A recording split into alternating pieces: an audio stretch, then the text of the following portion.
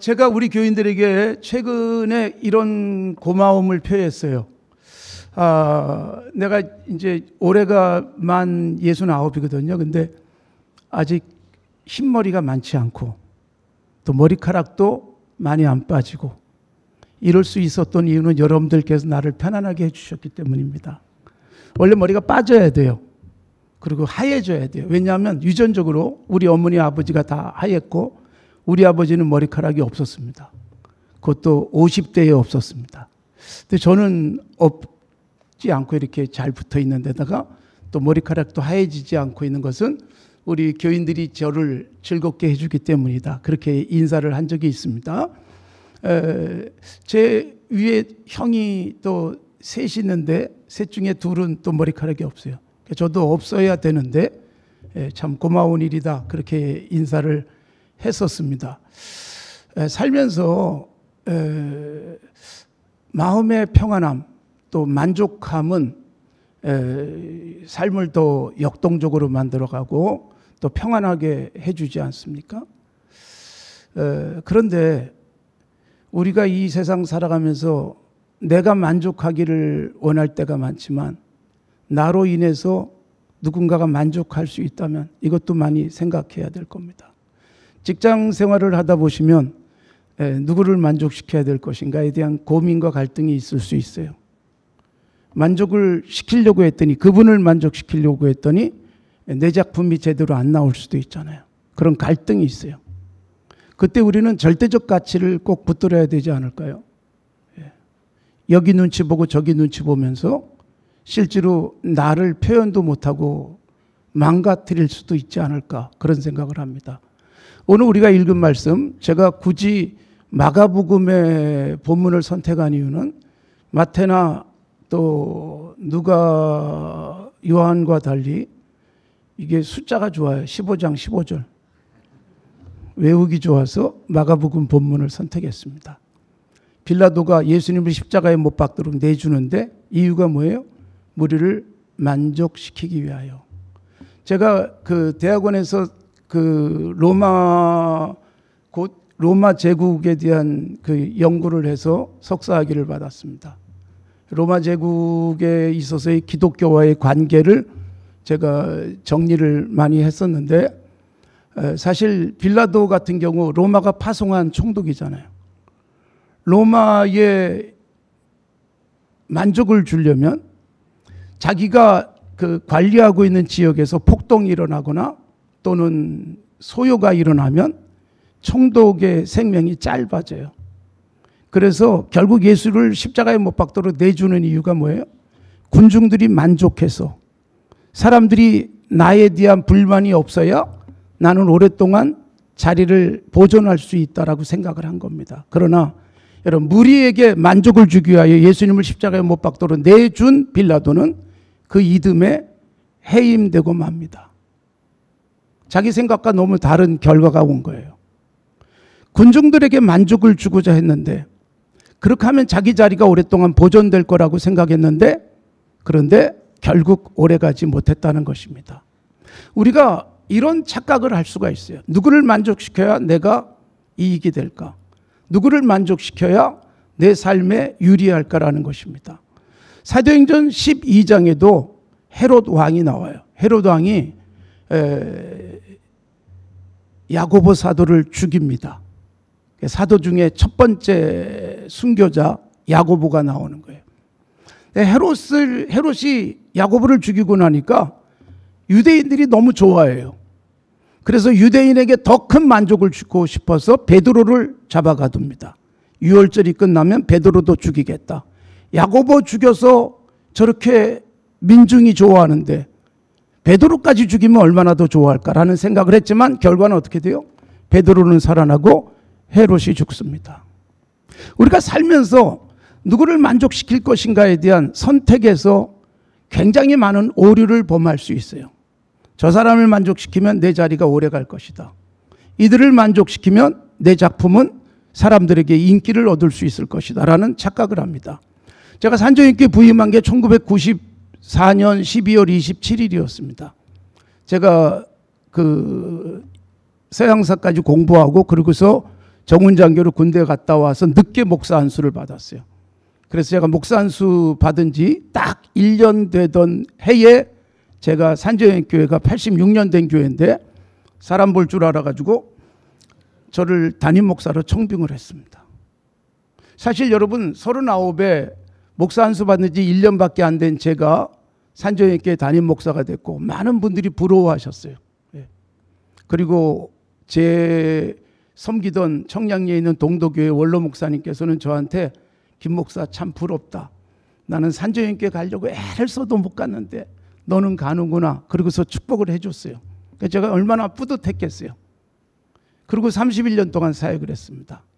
목사 된 지 1년밖에 안 된 제가 산정인교회 와서 목회를 하면서 사실 고민이 많았어요.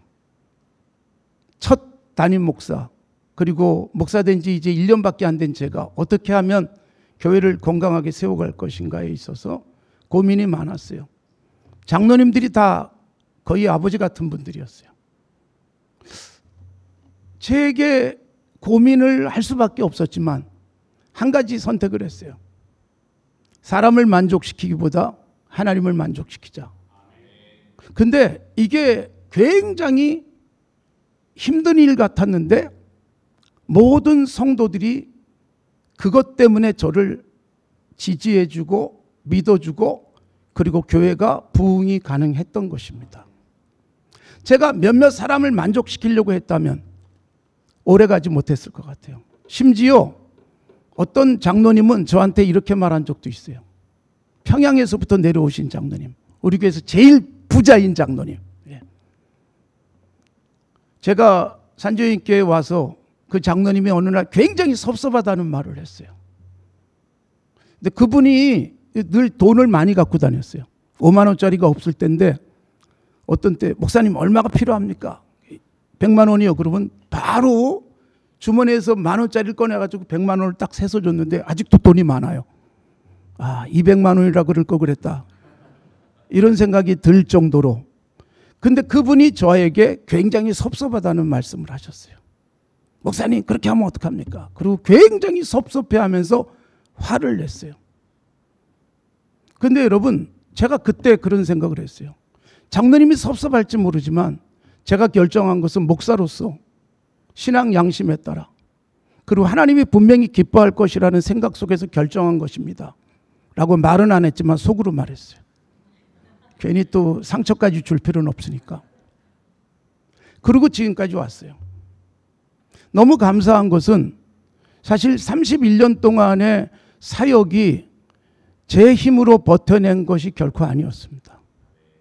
저도 고민이 많을 때마다 하나님을 만족시키면 사람도 만족한다는 답을 찾게 됐어요. 로마서 14장에 보면 그런 말씀이 있어요. 이로써 그리스도를 섬기는 자들은 하나님이 기뻐할 뿐만 아니라 사람도 칭찬을 하느니라. 근데 여러분 사람이 칭찬하게 만드는 길은 사람에게 만족을 많이 주면 사람들이 칭찬할 것 같고 인기가 올라갈 것 같은데요. 바닥이 드러나는 날이 와요. 그래서 언제나 변함없고 가장 공정하시고 가장 정확하게 보시는 하나님을 만족시키면 사람들이 처음에는 반대할 것 같아도 시간 지나고 나니까 정말 잘하셨습니다. 그런 답이 오더라고요. 우리들이 도덕적 판단과 정치적 판단 사이에서 고민할 수 있어요. 도덕적 판단과 정치적 판단은 다를 수 있잖아요. 옳고 그름을 판단하는 것 사실 목사로서 그리스도인으로서 반드시 해야 될 일이에요. 그런데 옳고 그름보다 무슨 판단을 해요? 어느 쪽이 유리할까? 어느 쪽이 불리할까? 어느 쪽이 나로 하여금 안전하게 만들어주는 것일까? 어느 쪽이 나로 하여금 오랫동안 잘 서 있게 할 것인가에 대한 정치적 판단을 한다는 것입니다. 제가 우리 교인들에게 끊임없이 하는 말이 제발 정치적 판단하지 마십시오. 도덕적 판단합시다. 사실 도덕적 판단이란 기본적으로 하나님이 우리 안에 넣어주신 양심이잖아요. 양심에 따른 판단. 사실 이 양심에 따른 판단을 하는 것이 목숨을 내놔야 되는 때가 있었어요. 우리 교회를 섬기셨던 신앙의 선배들이 있습니다. 저는 무엇보다도 산정교회 담임 목사가 된 것을 가장 감사하는 것 중에 하나는 그런 신앙의 선배들이 있었다는 것입니다. 1922년에 조만식 장로님이 됐습니다. 장로고시도 한번 떨어지셨던 분.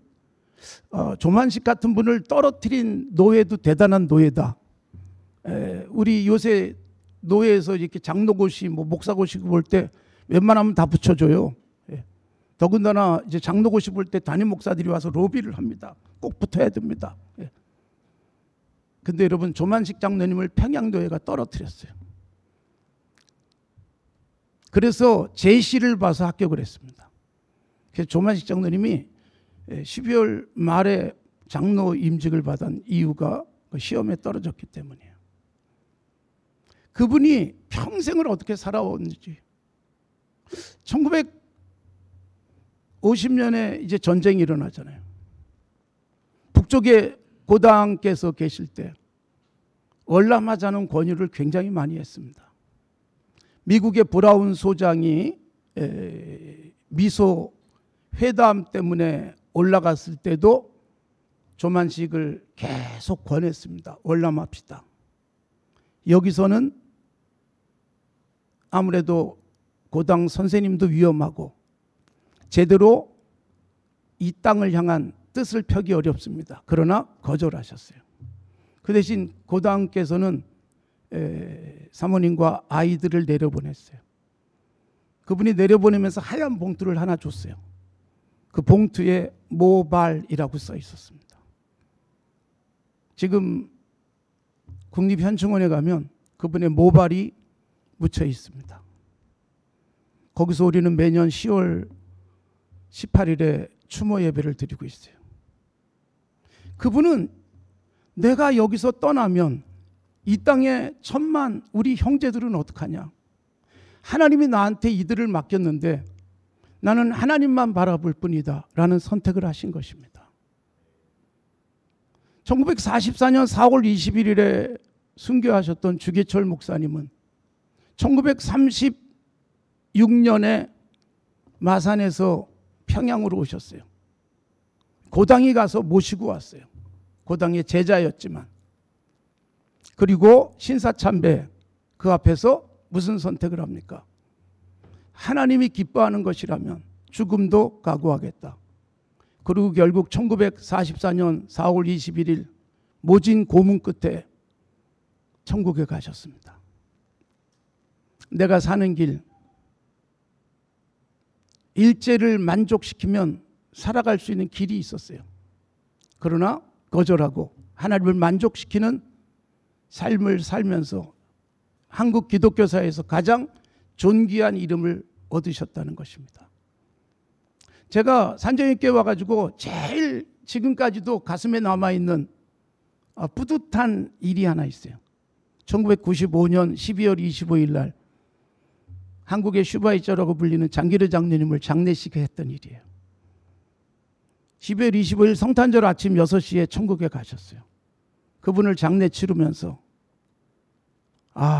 이런 분을 제가 산정교회 담임 목사이기 때문에 정말 감격 속에 장례를 치렀습니다. 서울대학교 병원 예전에 굉장히 허름했던 장례식장에서 장례를 했는데 창경궁 앞길이 완전히 막힐 정도로 수많은 사람들이 몰려왔어요. 장기르 장로님을 한 번도 얼굴을 본 적도 없는 사람도 몰려왔어요.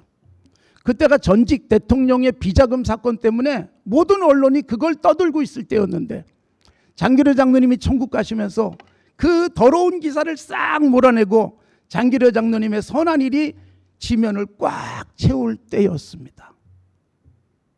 그분의 선택이 무엇입니까? 북한에 두고 온 김봉숙 여사와 오남매 이쪽에 데리고 나온 두 번째 아들 가용. 장가용 선생이 장기리 장로님 천국 가시고 난 다음에 저하고 같이 장례식 잘 치러줘서 고맙다 그러면서 롯데호텔에서 같이 아침을 먹었어요. 그러면서 그런 이야기를 했습니다. 자기는 우리 아버지를 보면서 내가 의사가 되긴 되겠다. 그러나 산 사람은 만지고 싶지 않다. 왜냐하면 그렇게 예민한 청소년기에 아버지 따라 월남했는데 식구라고는 아버지밖에 없고 아버지로서는 둘째 아들 가용밖에 없는데 자기는 돌봐줄 생각 없이 환자들만 돌보고 있는 거예요. 굉장히 힘들었다는 거예요. 내가 의사가 되지만 산 사람을 우리 아버지처럼 만지고 싶지 않다. 그래서 선택한 게 의사가 됐는데 해부학과 교수가 됐어요. 죽은 사람만 만지는 거예요. 그러니까 아버지처럼 할 일이 없어졌다는 거예요. 그래도 다행스럽게 그 아들은 또 외과, 또 그 손주도 외과 선택을 해서 지금도 그렇게 이어가고 있습니다. 장기루 장로님의 선택이 무엇입니까? 내 아들 만족시키고 그게 아니었습니다. 수많은 사람들, 내 손이 필요한 사람들에게 따뜻한 사랑을 전해주고 그들의 상처를 보듬어주고 외로운 자들의 친구가 되어주기 위해서 애쓰셨던 그분은 집 한 칸 없이 이 땅을 떠나셨어요. 지금도 부산의 복음병원에 가면 그분이 살던 옥탑방이 그대로 보존되어져 있습니다. 하나님을 만족시키는 삶이 장기로 장로님으로 하여금 수많은 사람들의 가슴에 남게 만들었습니다. 놀라운 것은 하나님을 만족시키면 사람들도 결국은 만족스러워한다는 것입니다. 목회를 하면서 하나님이 아니라 표를 의식하게 되면 하나님도 등 돌리고 결국은 사람도 압니다. CBS 방송에 좋은 콘텐츠들을 만들어내고 또 이 시대에 정말 좋은 파수꾼 역할을 해야 되지 않겠습니까? 제가 지금도 기억하고 있는 것이 있습니다. 전두환 군부 세력에 의해서 방송이 통폐합되고 CBS는 선교 방송만 해라, 보도 기능을 통제했던 기억이 나시는지 모르겠어요. 젊은 분들은 기억도 안 나시겠고. 그런데 제가 대학원 다닐 때였습니다. CBS에서 결단을 했습니다. 오늘부터 보도 방송한다. 난 12시 땡 CBS 뉴스입니다. 뉴스가 나왔어요. 저는요, 대학원 다니고 있는 학생이었지만 눈물이 났어요. 와, 이걸 하는구나. 정권에 잘못 보이면 죽던 시절에 우리 할 일 하겠다, 우리 목소리 내겠다, 그리고 보도방송을 시작하는 그 난 12시는 제게 있어서는 잊을 수 없는 기억이었습니다. 이 시대에 이런 방송이 있다니. 얼마나 많은 목사님들이 변절하고 여기저기 아부하고 가서 축복해 주면서 그러던 때였는데, 저는 지금도 그래서 CBS 기억이 나고, 제가 지금까지 오직 CBS에만 설교를 내보내는 이유 중에 하나이기도 합니다.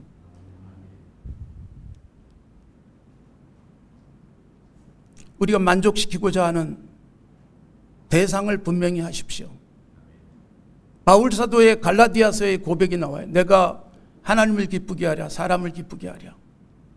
굉장히 중요한 선택이지 않습니까? 이 바른 선택이 우리로 하여금 이 땅에 하나님의 나라를 만들어가게 할 것입니다.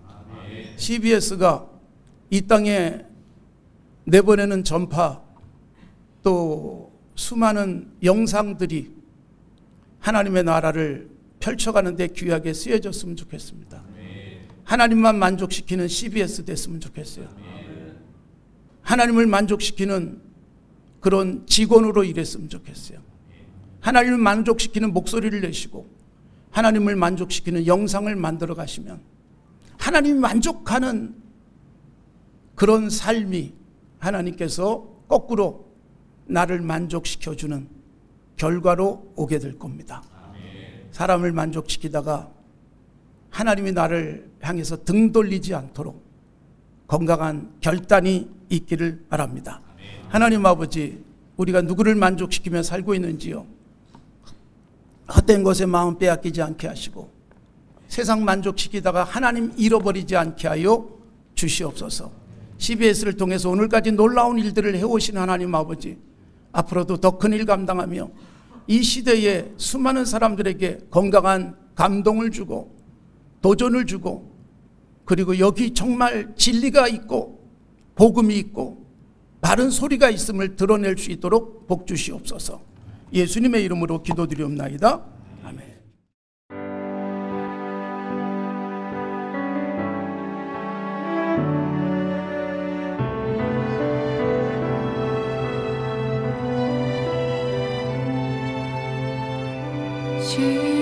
십자가 그늘 밑에 나 쉬기 원하네.